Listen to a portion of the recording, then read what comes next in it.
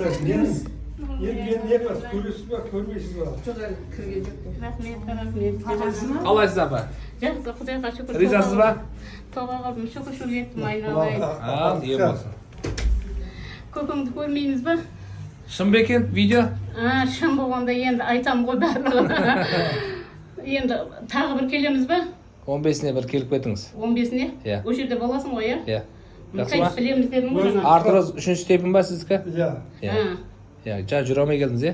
Жүріңі осы Сеніп тұрсыз ғой, Мұхтарға сенуге бола ма екен? Жаным, қосағынан қосақ бала шағаң рахатын көр. Алла нәсіп етсін. Өзіңе құда қаласа бәрін жақсылықтың бәрін тілеймін жаным.